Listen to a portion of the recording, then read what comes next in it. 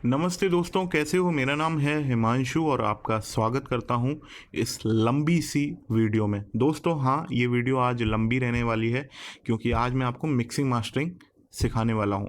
और mixing mastering में भी मैं आपको दोबारा से नए टूल्स के साथ सिखाऊंगा।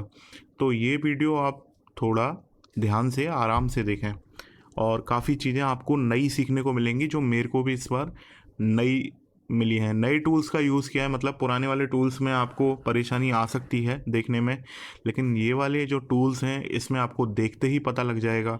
और प्लस इसका एक बात और है, आज मेरे पास सॉफ्टवेयर भी अच्छा है, नया है, जिससे मैं आपको इस तरीके से ड्रॉ करके भी दिखा सकता हूँ। तो मतलब काफ़ी चीज़ें आपके लिए भी ईज़ी पड़ेंगी और मेरे लिए भी अच्छी पड़ने वाली हैं। इस तरीके से मैं आपको ड्रॉ करके सिखा सकता हूँ। तो अभी चलते हैं, मैं एक बार आपको ये आउटपुट सुना देता हूँ और थोड़ा-सा कानों को आपको ये चुभेगा, इसलिए अभी आप थोड़ा-सा सहन कर लेना और मैं आपको मिक्सर की स्थिति भी दिखाऊँगा। तो देखना यहाँ पर आउटपुट कैसा आ रहा है।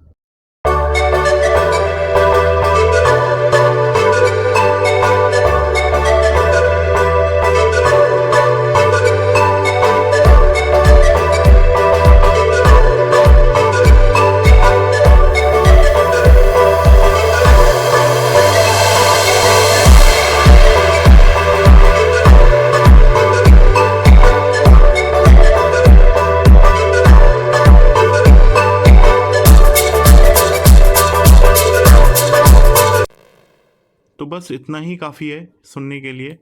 आपको लग रहा होगा कि ये तो बहुत ज़्यादा डिस्टॉर्शन है। आपको दिख रहा है यहाँ पर 0 डीबी से ऊपर निकल रहा है ना, तो इसमें बहुत ज़्यादा डिस्टॉर्शन है और आप लोगों के साथ भी ऐसी कंडीशन आ सकती है। अब दोस्तों मैं आपको एक बात बताना चाहूँगा, आपसे पहले ही थोड़ा सा मैंने एक वर्क किया है। हर ऑडियो क्लिप पर आप नॉर्मलाइज ज़रूर कर दीजिए, नॉर्मलाइज हर ऑडियो क्लिप को। आपको सबसे बेहतर ये रहेगा कि आप पूरे प्रोजेक्ट का जो आउटपुट है उसको आप वेव्स की फ़ाइल में एक्सपोर्ट कर लें। 24 बिट की वेव्स की फ़ाइल अच्छी रहती हैं सेपरेट, तो उनको आइसोलेट करके विदाउट एनी इफेक्ट उनको, जैसे ये अभी एक्सपोर्ट है, ये प्रोजेक्ट मैंने नहीं बनाया है, ये मैं किसी और का प्रोजेक्ट बता रहा हूँ आपको।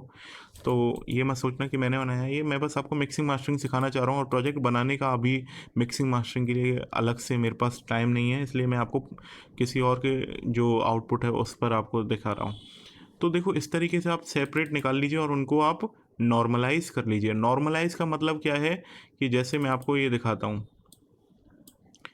इसको मैं आपको सब वाली को एडिटर में ओपन करके दिखाता हूँ।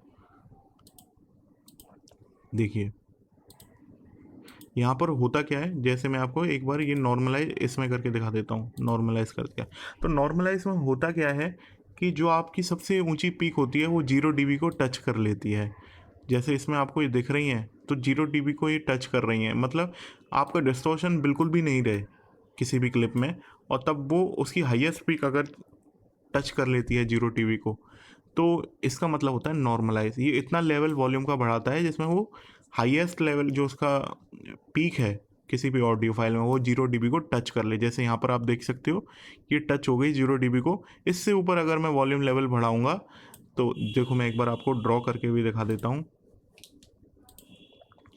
ये जो आप देख रहे हो ना, ये यहाँ पर 0 डीबी को टच कर गई है। इससे ऊपर अगर मैं बढ़ाऊँगा वॉल्यूम लेवल तो डिस्टॉर्शन बन जाएगा। तो इसलिए हम नॉर्मलाइज कर लेते हैं कि ताकि मैक्सिमम वॉल्यूम हमको मिल जाए। इसको हम गेन स्टेजिंग भी एक तरीके से समझ सकते हैं कि हमें जितना मैक्सिमम वॉल्यूम, गेन स्टेजिंग का एक बार आपको मतलब बता देता हूँ, गेन स्टेजिंग की तरह क्यों है ये। गेन स्टेजिंग में हम करते क्या है कि जितना जो साउंड का सोर्स है, जैसे अगर कोई सिंगर गा रहा है या फिर हम कहीं कोई ट्रम्पेट रिकॉर्ड कर रहे हैं, तो हम कोशिश करते हैं कि ज़्यादा से ज़्यादा वॉल्यूम में उसको रिकॉर्ड कर सकें। तो ये होती है गेन स्टेजिंग। तो ऐसे ही अभी हमने क्या किया है कि ये गेन स्टेजिंग में जैसे हम ज़्यादा से ज़्यादा वॉल्यूम को रिकॉर्ड करने की कोशिश करते हैं विदाउट एनी डिस्टॉर्शन, तो ऐसे ही हमने इसमें कर लिया है। और अभी मैंने ये सारे इंस्ट्रूमेंट्स यहाँ पर सेट कर रखे हैं, आप देख सकते हो नॉर्मलाइज करके। कुछ वीएसटी प्लगइन्स भी हैं यहाँ पर जो मैंने आपको दिखाने के लिए रखे हुए हैं इस तरीके से। उनको भी कोई मिक्सर नहीं दिया हुआ है सिवाय एक के, इसके अलावा किसी को भी मिक्सर नहीं दिया है। तो सबसे पहले हमको करना क्या है, इन सभी को मिक्सर देना है अलग अलग। तो मैं कंट्रोल दबाते हुए इस तरीके से नीचे की ओर ड्रैग करता हूँ और एक नंबर को तो ऑलरेडी मिक्सर मिला हुआ है, 2 नंबर से चालू करता हूँ, राउट फ्रॉम दिस ट्रैक, है ना, ये कर दिया तो इन सभी को मिक्सर मिल गया। अब मैं करने क्या वाला हूँ, ऑडियो फाइल्स को मैं मिक्सर दूंगा। तो मैंने ये सेलेक्ट किया और यहाँ से मैंने इनको सेलेक्ट करके राउट फ्रॉम दिस ट्रैक, ये देखो सभी को मैंने मिक्सर दे चुका हूँ। अब अभी होगा क्या कि ये सभी नॉर्मलाइज किए हुए हैं 0 dB पे, तो होगा क्या कि ये सभी डिस्टॉर्शन मिलके बना रहे होंगे जैसा आपने सुना। तो अभी थोड़ा सा वॉल्यूम आप वीडियो का धीमा करना, मैं आपको धीमा करके इसलिए नहीं सुना रहा हूँ तो ताकि अगर आप अपने मॉनिटर्स पर सुन रहे हो स्टूडियो के तो आपको ये एग्जैक्टली वैसा ही सुनाई दे जैसा मेरे को अभी सुनाई दे रहा है। हालांकि यूट्यूब की कुछ एल्गोरिदम रहती हैं जो साउंड को अगर डिस्टॉर्शन हो रहा है या फिर मैक्सिमम लेवल जो उनका LUF से होता है तो उससे ऊपर निकल रहा है तो उससे अपने आप ही कंप्रेस कर देती हैं, मतलब कम कर देती हैं, वॉल्यूम को रिड्यूस कर देती हैं। तो एक बार सुनते हैं, देखो और देखो कि किस तरीके से कौन कौन से इंस्ट्रूमेंट 0 dB को टच कर रहे हैं।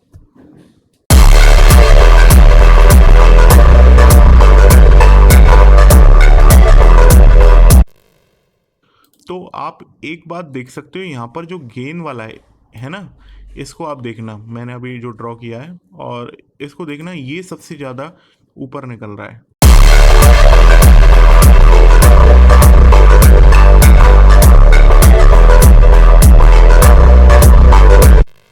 और अब मैं आपको एक और इंस्ट्रूमेंट दिखाता हूँ, किक वाले को देखो। अब आप, ये किक वाला है और अब मैं प्ले करके दिखाता हूँ आपको, इन दोनों पे नज़र रखना आप।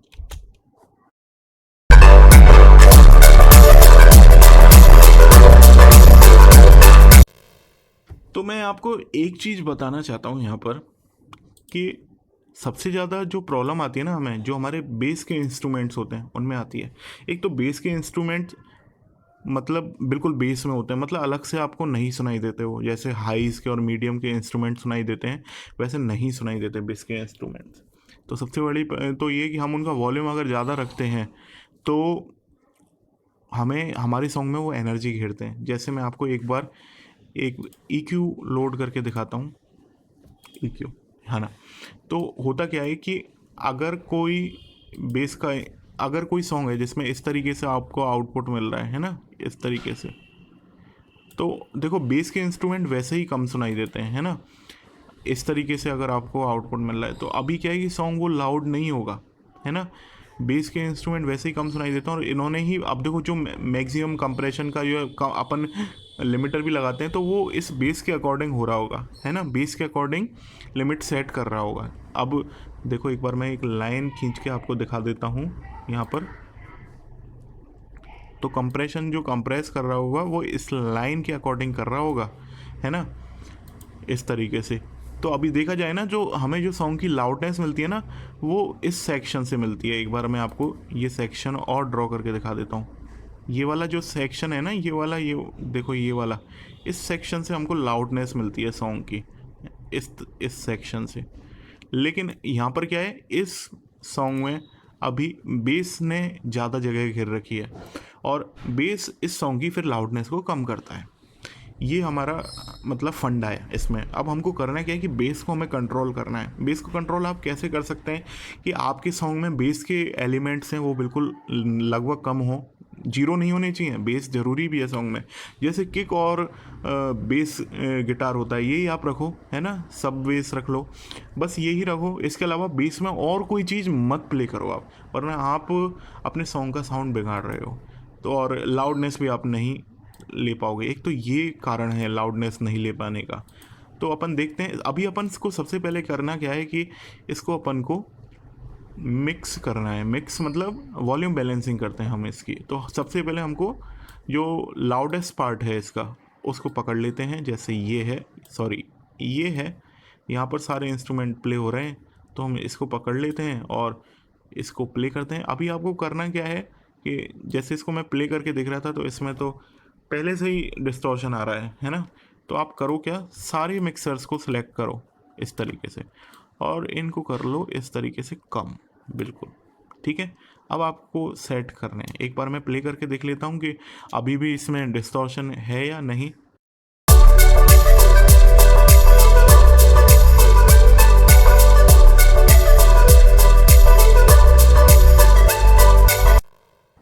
तो फिलहाल ये वाला लेवल मेरे को सही लग रहा है।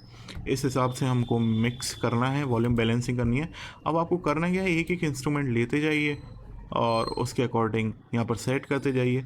जब भी कभी हम वोकल वाला सॉन्ग होता है तो सबसे पहले हम वोकल को लेते हैं, वोकल का वॉल्यूम हम रख लेते हैं -6 के अकॉर्डिंग तक, और उसके बाद हम बाकी इंस्ट्रूमेंट्स लेते हैं धीरे धीरे। पहले बेस के इंस्ट्रूमेंट लेते हैं, किक को लिया, स्नेयर, फिर बेस लाइन को लिया, फिर किक के साथ और भी जो हमारे परकूशंस है परकूशंस को लिया, और परकूशन के बाद हमने मेलोडिक पार्ट को लिया। इस तरीके से आप करेंगे तो आपको बेहतर रहेगा।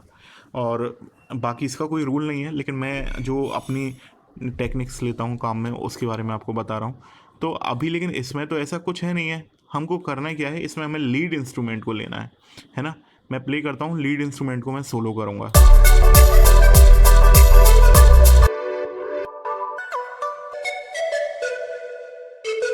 तो ये हमारा लीड इंस्ट्रूमेंट है। अब हमको करना क्या है, हम लीड इंस्ट्रूमेंट का थोड़ा सा वॉल्यूम बढ़ा लेते हैं और -6 तक पहुंचाते हैं, इसको -6 तक पहुंचाते हैं प्ले करते हुए।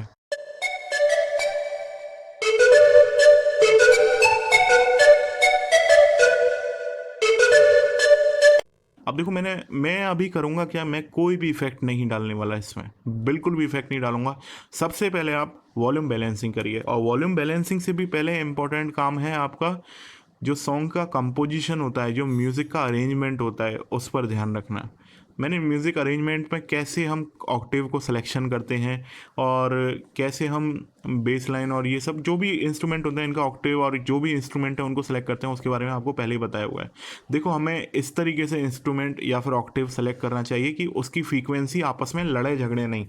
सपोज करिए आपने C5 के ऑक्टेव में पियानो प्ले किया है और कोई गिटार है, अकॉस्टिक गिटार, अगर वो भी C5 में ही प्ले हो रहा है, मतलब उसकी जो फ्रीक्वेंसी है, अगर उनकी फ्रीक्वेंसी एक दूसरे के साथ क्लैश कर रही हैं, तो मैं ये कहूँगा या तो पियानो को ऊपर कर लीजिए या थोड़ा नीचे कर लीजिए, और ऑक्टेव में, या फिर गिटार को ऊपर कर लीजिए या नीचे कर लीजिए। इस तरीके से आप अपना ऑक्टेव का सिलेक्शन कीजिए।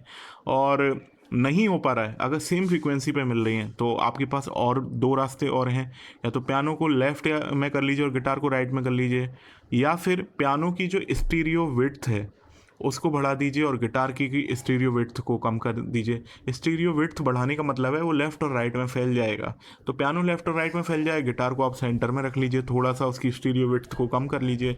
ये भी ऑप्शन रहते हैं अगर आपके पास सेम फ्रीक्वेंसी के इंस्ट्रूमेंट्स हैं। और अगर आपके पास बहुत ज़्यादा इंस्ट्रूमेंट हैं, अगर आपके पास कम इंस्ट्रूमेंट हैं तब तो आप स्टीरियो विड्थ को सेट कर सकते हो, लेकिन आपके पास ज़्यादा इंस्ट्रूमेंट है एक ही फ्रीक्वेंसी पर, तो मैं आपको रिकमेंड करूँगा कि आप उसको लेफ़्ट और राइट में अरेंज करें। और इस तरीके से हमको म्यूज़िक अरेंजमेंट में ध्यान रखना चाहिए और मिक्सिंग मास्टरिंग में ध्यान रखना चाहिए। अब जैसे मैंने लीड पकड़ ली है, अब मेरे को कोई भी इफेक्ट नहीं लगाना है इसमें। सबसे पहले वॉल्यूम बैलेंसिंग करते हैं। अब इसके साथ मैं किक को लेता हूँ।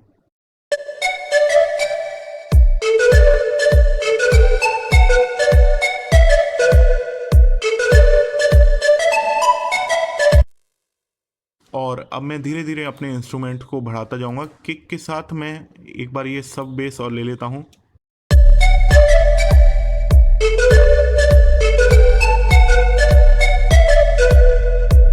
अब धीरे धीरे मैं नंबर ऑफ इंस्ट्रूमेंट बढ़ाता चलूँगा।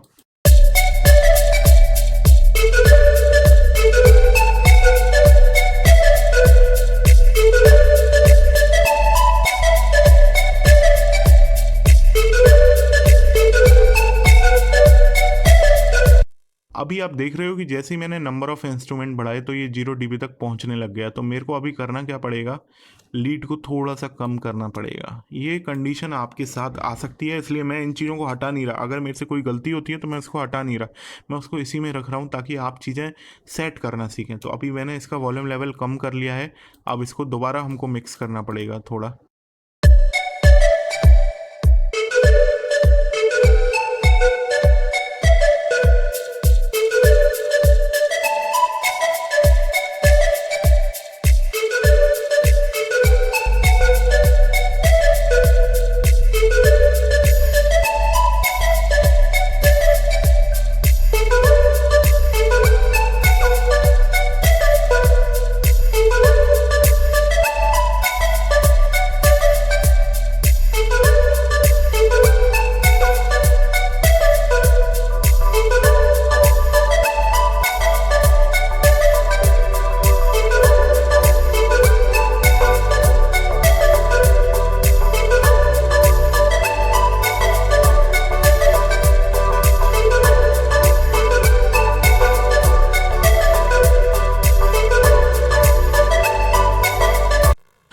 देख सकते हो आधा काम तो अभी हो जाता है। अगर आपका वॉल्यूम बैलेंसिंग आपने कर ली है तो आपका आधा काम तभी हो जाता है। एक बात मैंने आपको हर वीडियो में बोलता हूँ, वॉल्यूम बैलेंसिंग अगर आप करते हो तो उसको आप मॉनिटर्स पर सुन के करिए। मॉनिटर्स मतलब स्टूडियो के जो स्पीकर होते हैं ना, उन पर आप सुनकर करिए वॉल्यूम बैलेंसिंग। होता क्या है, जब आप हेडफोन पर आप मिक्सिंग मास्टरिंग करते हो, सॉरी वॉल्यूम बैलेंसिंग भी करते हो, तो आपको एक ही इमेज, मतलब आपकी जो कानों के साथ हेडफोन की जो रेस्पेक्टिव पोजीशन है वो ही आपको सुनाई देती है। लेकिन क्या होता है, सुनने वाला आपका किसी भी एंगल से सॉन्ग को सुन सकता है, अलग अलग एंगल से। हो सकता है वो स्पीकर के पीछे खड़ा हो, अपन शादियों में जैसे जाते हैं पार्टियों में, वहाँ पर स्पीकर होते हैं। ऐसा थोड़ी है कि मतलब आप बिल्कुल उसके सामने या जो पोजीशन पर मिक्सिंग मास्टरिंग करने वाले ने किया है मिक्स, उसको उसी पोजीशन पर आप सुने। तो आप अलग अलग पोजीशन पर सुन सकते हो, प्लस आप अलग अलग डिवाइसेस पर भी सुन सकते हो। जैसे आप हो सकता है कार के स्पीकर पर सुन रहे हो, या फिर आप अपने मोबाइल के हेडफोन में सुन रहे हो, या फिर टीवी पर सुन रहे हो। तो हम कोशिश क्या करते हैं कि देखो, सभी जगह अपने सॉन्ग को बेस्ट तो नहीं बनाया जा सकता, लेकिन हम कोशिश करते हैं कि ज़्यादातर जगहों पर हम अपने सॉन्ग को अच्छा बना सकें। तो इसीलिए हम मिक्सिंग मास्टरिंग में अलग अलग इफ़ेक्ट्स डालते हैं। और कहीं अब देखो, ज़्यादातर अच्छा बनाया तब जा सकता है, सबसे बड़ी बात तो ये है, तब बनाया जा सकता है जब आपके EQ में सभी फ्रिक्वेंसियाँ सेपरेट हैं, है ना, तब हम उसको अच्छा बना सकते हैं। तब वो सारी फ्रिक्वेंसियाँ अलग अलग एंगल पर भी अच्छी सुनाई देंगी। लेकिन ऐसा प्रैक्टिकली हो नहीं सकता, इसलिए हम कहीं कुछ फ्रिक्वेंसी हटा देते हैं, कम कर देते हैं, कहीं कुछ फ्रीक्वेंसी बढ़ा देते हैं। तो इस तरीके से हम अपना काम चलाते हैं। और अभी हम आगे ये सब चीज़ें ही करने वाले हैं। अब हमको करना क्या है, देखो अभी जो इंस्ट्रूमेंट रह गए हैं, जैसे अपन के एफएक्स वाले प्लगइन रह गए हैं, उनको अपन सेलेक्ट कर लेते हैं और उनको भी वॉल्यूम बैलेंस कर लेते हैं।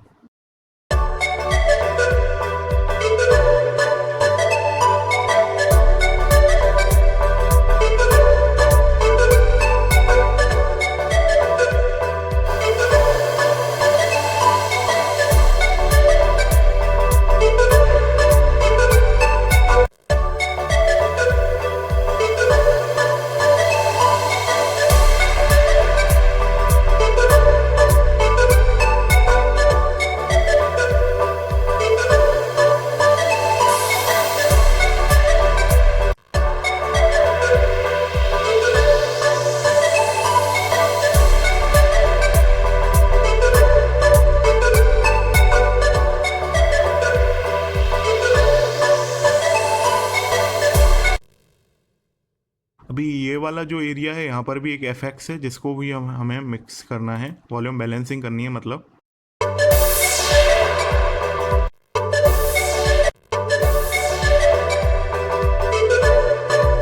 एक स्टार्टिंग में है, इसको और कर लेते हैं।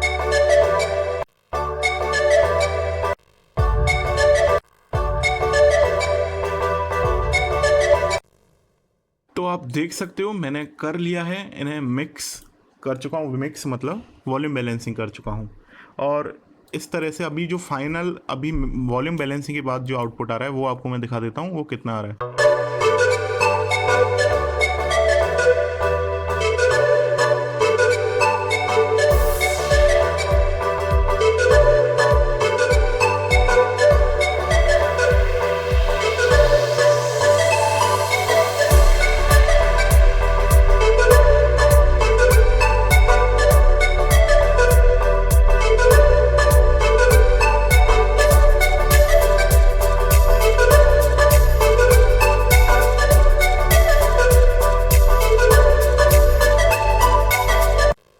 तो अभी ऐसा आउटपुट आ रहा है। अभी हमको करना क्या है, सबसे पहले ये जो इंस्ट्रूमेंट है ना, इनको हमें साइड चेन करना है। साइड चेनिंग मतलब ये होता है जहाँ जहाँ पे किक आ रही है वहाँ वहाँ पर हम उनका वॉल्यूम कम कर देंगे। तो यहाँ पर मैं एक गेटिंग का ऑप्शन आता है, फ्रूटी लव फिल्टर आता है, वो देखूँगा। फ्रूटी लव फिल्टर मेरे को मिल रहा है क्या यहाँ पर?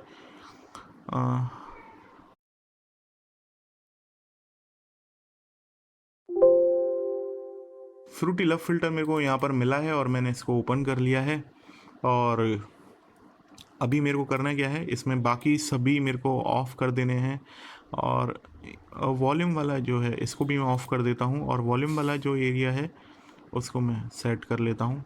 कट ऑफ मैंने ऑफ़ कर दिया। अब मैं यहाँ पर इसको एक्टिवेट करता हूँ और इस तरीके से मैं इसको यहाँ पर मैं स्नैपिंग एक्टिवेट कर लेता हूँ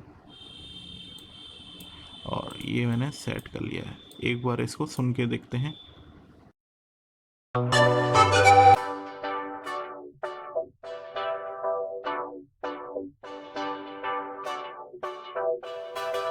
अभी आप देख सकते हो यहाँ पर ये कट ऑफ एक्टिवेट रह गया था। मैंने 1 पे नहीं किया था, मैंने 3 वाले पे कर दिया था। तो मैं इसको, ये मैंने ऑफ ही कर रखा है, मैं इसको रीसेट कर देता हूँ।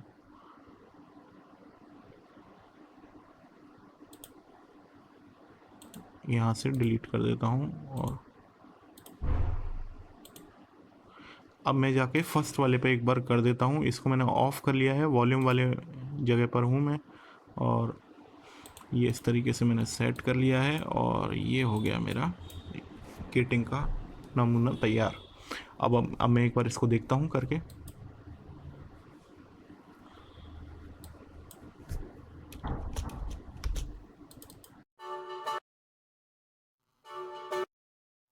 एक दिक्कत और है, अभी मैंने इसमें लूपिंग का इफेक्ट है वो एक्टिवेट नहीं किया है, तो मैं इसको लूप एंड कर देता हूँ और यहाँ पर इसको लूप स्टार्ट कर देता हूँ इस तरीके से। अब इसको सुनते हैं एक बार।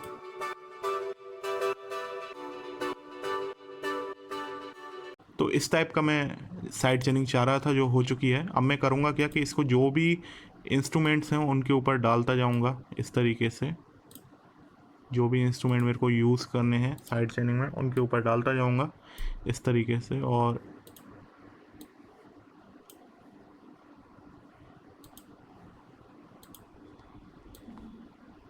इसका कोई शॉर्टकट नहीं है, ये हमें करते रहना पड़ेगा इसमें। अब देखते हैं, एक बार सुनते हैं क्या आउटपुट अभी आ रहा है।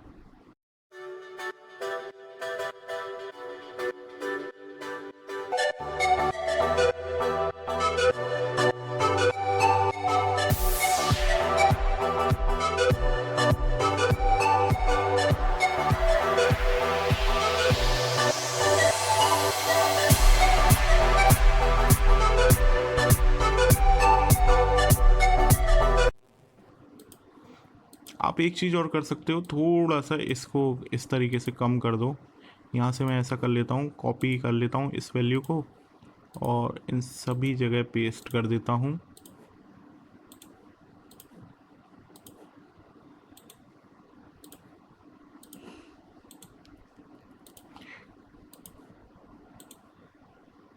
ये पेस्ट हो चुकी है। आप सुनते हैं एक बार इसको।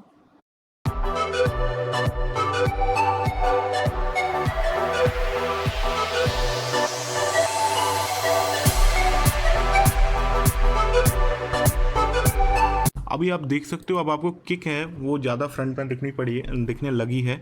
तो हमको थोड़ा सा अभी वॉल्यूम बैलेंसिंग और करनी चाहिए। जब भी आप कोई भी इफेक्ट डालते हो तो वॉल्यूम बैलेंसिंग हो सकता है आपको दोबारा करनी पड़े, क्योंकि सब चीज़ें जैसे जैसे चेंज होती चलती हैं वॉल्यूम बैलेंसिंग आपको एंड तक करनी पड़ेगी। तो हम एक बार दोबारा लीड लेते हैं और उसके साथ एक और बार इनको जल्दी से कर लेते हैं मैच वॉल्यूम बैलेंसिंग।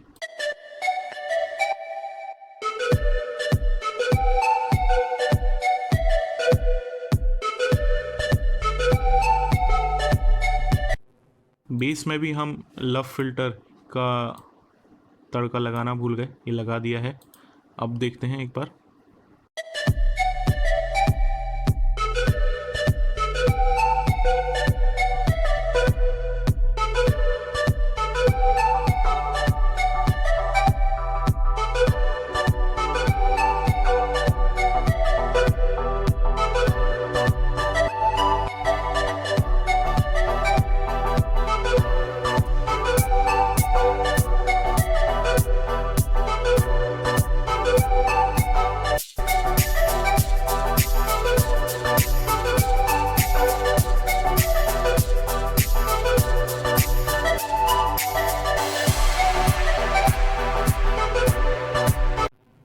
तो देखो, ये तो चलता रहेगा वॉल्यूम बैलेंसिंग, अपन को अब धीरे धीरे आगे बढ़ना चाहिए।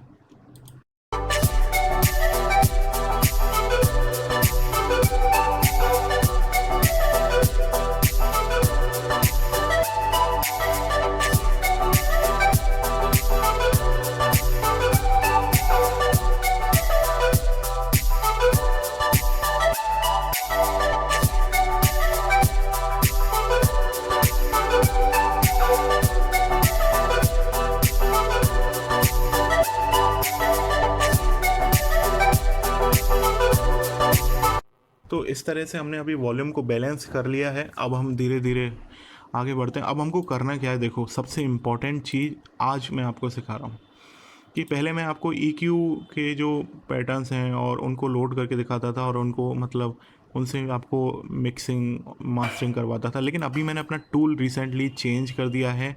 अब मैं यूज़ करता हूँ न्यूट्रॉन को, और ये है न्यूट्रॉन 3, बहुत ही अच्छा है, ओजोन का आइसोटोप का ही है प्रोडक्ट। तो इसमें फ़ायदा क्या है मैं आपको वो बताता हूँ, मैं क्यों यूज़ करता हूँ इसको। तो देखो सबसे पहले मैं करूँगा क्या कि मैं लीड वाले इंस्ट्रूमेंट पर इसको यूज़ करूँगा, है ना। और लीड वाले इंस्ट्रूमेंट में मैंने यहाँ पर न्यूट्रॉन ओपन कर लिया।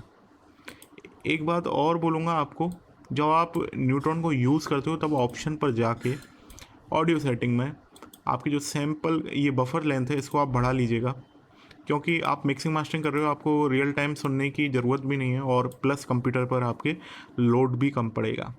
तो अभी मैं आपको यहाँ पर, अभी देखो ये न्यूट्रॉन 3 मैंने यहाँ पर ओपन किया है लीड समर में, तो मैं इसको नाम दे देता हूँ यहाँ पर लीड 1, क्योंकि मेरे सॉन्ग में 2 लीड हैं लेकिन मेजर है जो पार्ट वो इस लीड का है, तो मैं यहाँ पर लीड 1 नाम इसको दे दिया। अब देखो हमको करना क्या है, सबसे पहले अभी हमारे पास EQ करने के लिए ज़्यादा कुछ मटेरियल नहीं है, लेकिन इस लीड का जो कहीं पार्ट है जो ज़्यादा ज़रूरी नहीं है हम केवल उसको हटा देते हैं। तो एक बार मैं आपको प्ले करके दिखाता हूँ, ये अभी हम सोलो कर लेंगे। अब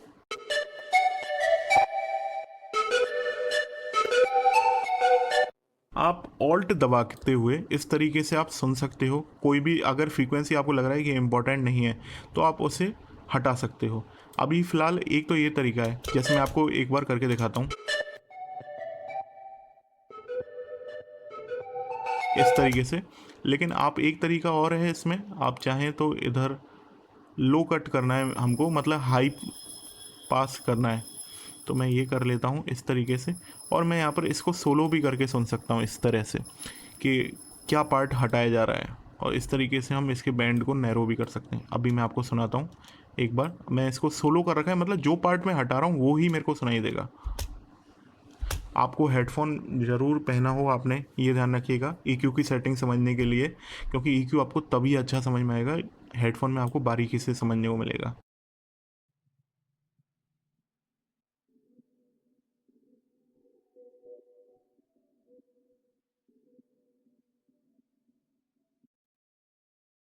तो अभी आपने देखा मैंने क्या हटाया है जो मेरे को सुनाई नहीं दे रहा है ना। मैंने आपको EQ का बताया था ना, इसमें जैसे बताया था, जैसे मैं आपको एक बार इसी में ही बताता हूँ न्यूट्रॉन में ही, जैसे अभी आपको प्ले करके दिखा रहा हूँ। ये अभी वो हिस्सा है जो मेरे को सुनाई नहीं दे रहा है ना, लेकिन यहाँ पर आप देखोगे ना ये फ्रीक्वेंसी जो मैंने अभी हटाई है ना, अगर ये फ्रीक्वेंसी मैं हटाता नहीं इन फ्रीक्वेंसीज़ को तो क्या होता कि ये मेरे को सुनाई तो देनी नहीं लीड में, है ना, कोई इसका रोल नहीं है यहाँ पर। लेकिन इस तरीके से और भी इंस्ट्रूमेंट में लो फ्रीक्वेंसी होती हैं और वो बढ़ती चलती हैं और सॉन्ग का जो लो पार्ट वाला हिस्सा है, लो बैंड वाला जो हिस्सा है उसको बढ़ा देती, है ना। तो इससे लॉस क्या होता है कि एक तो लो इंस्ट्रूमेंट है, लो बैंड में जो इंस्ट्रूमेंट है जैसे किक और बेस लाइन, इनके लिए एरिया नहीं मिलता है ना, और इसलिए मैं जो ज़रूरी नहीं है उसको हटा रहा हूँ। ऐसे ही आप हाई बैंड में भी हटा सकते हैं, अगर आपके पास हाई बैंड में भरने के लिए अलग से इंस्ट्रूमेंट हैं तो आप उनको भी हटाइए। और ये था ज़रूरी बात। अब मैं इनको हटा देता हूँ जो मैंने आपके लिए ड्रॉ करी हैं चीज़ें। चलिए अब इस तरीके से फर्स्ट हमको ये लो कट करना है लीड में, बाकी जो बातें हैं हम उनको बाद में देखेंगे। ये कर लिए। अब आपको करना क्या है, ऑल्ट दबाते हुए घूमना है इधर पूरे बैंड में और देखना है कि कौन सी फ्रीक्वेंसी आपको ज़्यादा चुभ रही है कानों में।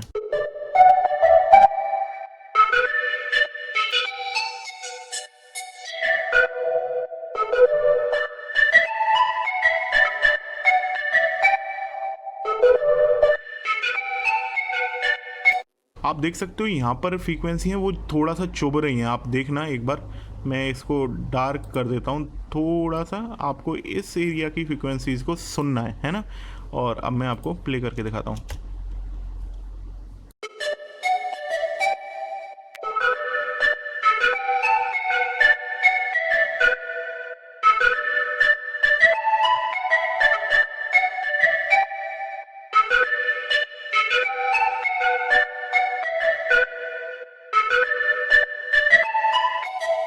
तो तो ये जो मैंने यहाँ पर माउस रखा हुआ है, मैं आपको एक और बार रीड्रॉ करके दिखाता हूँ।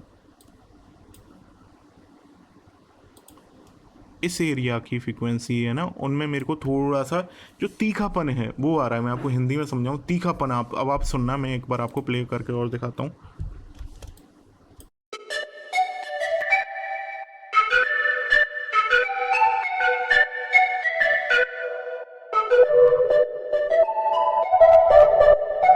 अब एक गोला और मैं करूँगा यहाँ पर।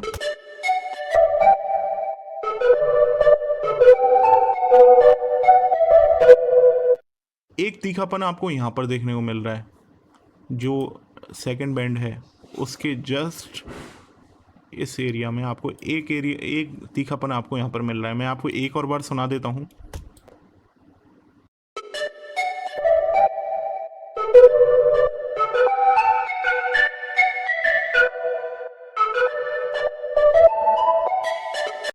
अब आपको एक ये तो मैंने ड्रॉ कर दिए हैं दोस्तों। मेरे को आज क्या लग रहा है, ये वीडियो थोड़ी लंबी हो जाएगी, इसलिए हो सकता है कि मैं आपको इसी वीडियो में, मेरे को अभी लग रहा है कि इसी वीडियो में मैं आपको मिक्सिंग मास्टरिंग पूरी नहीं सिखा पाऊँ। तो हो सकता है ये वीडियो मैं पार्ट्स में बनाऊँ, तो थोड़ा थोड़ा आपको पार्ट्स में देखने को मिलेगा, क्योंकि एक साथ टाइम निकालने में मेरे को भी दिक्कत आएगी और मैं आपको डिटेल में समझा रहा हूँ। तो अभी मैं आपको एक बार और प्ले करके दिखाता हूँ और ये आप एक बार एरिया सुनिएगा।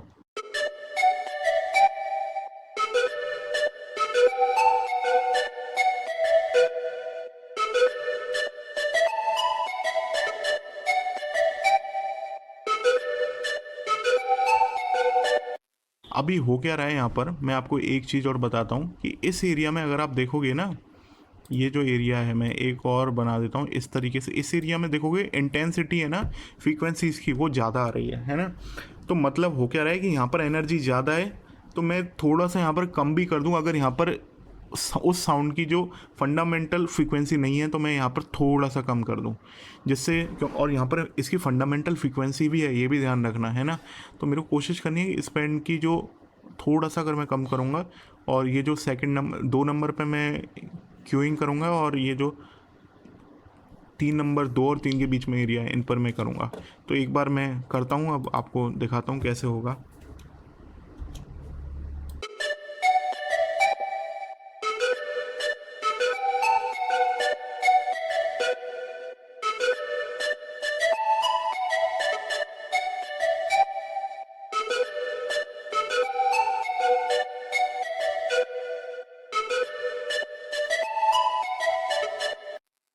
देखो मैंने कितना छोटा सा किया है, देखा जाए ना क्यों। माइनस कितना है ये, इस पर एक बार क्लिक करके देख लेता हूँ मैं। देखो -5 है, मैं इसको -3 तक ही करूँगा, आपको देखना -3.5। मैं इनको हटा देता हूँ, जो आपको ये ड्राइंग के गोले देखने में परेशानी कर रहे हैं। तो इस तरीके से मैंने हटा दिया। अब देखते हैं इनको। आप देखो -3 -2 -3.5, मैं इतना ही इसमें करूँगा, इससे ज़्यादा नहीं करना। ऐसा मत करना, आप मत करना जब तक आपको पूरी EQ की नॉलेज नहीं हो जाए, तब तक आप मत करना ऐसा। एक और बार प्ले करके देख लेते हैं इनको।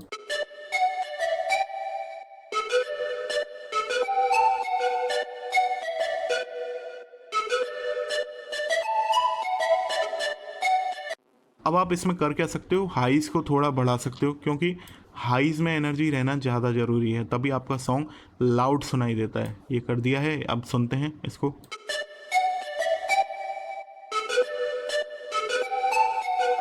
तो कर दिया है। अब अपन को करना क्या है, इसको एक बार मैं कंप्रेशन भी कर देता हूँ। आप ये सोच रहे होंगे कि मैं पहले ही क्यों कर रहा हूँ।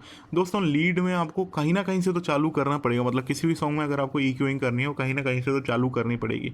ये भी वैल्यू चेंज होती रहती हैं, आप देखोगे। बस लीड इंस्ट्रूमेंट से चालू करने का या लीड वोकल से चालू करने का फ़ायदा ये है कि आपको एक बेस मिल जाता है, उसके रेस्पेक्ट में आप और इंस्ट्रूमेंट्स को मिक्स मास्टर करते रहते हो। तो दोस्तों मैं ये सोच रहा हूँ कि आज की वीडियो मैं यहीं पर ही स्टॉप कर दूँ, क्योंकि आज की वीडियो बहुत लंबी हो जाएगी। मैं आपको ये पूरा डिटेल में पढ़ाने वाला हूँ। तो अभी मैं इस प्रोजेक्ट को यहीं पर ही सेव कर रहा हूँ। आप टेंशन मत लीजिए, आपको कोई भी चीज़ निकली हुई नहीं दिखाई देगी। मैंने इसको सेव कर दिया, यहीं से ही हम आगे आने वाली वीडियो में चालू करेंगे, पार्ट 2 में चालू करेंगे। तो दोस्तों आपको अगर ये वीडियो अच्छी लगी है तो प्लीज़ लाइक कर देना। इस वीडियो को लाइक किए बिना मत जाना, क्योंकि मेरे काफ़ी एफर्ट्स इसमें लगते हैं।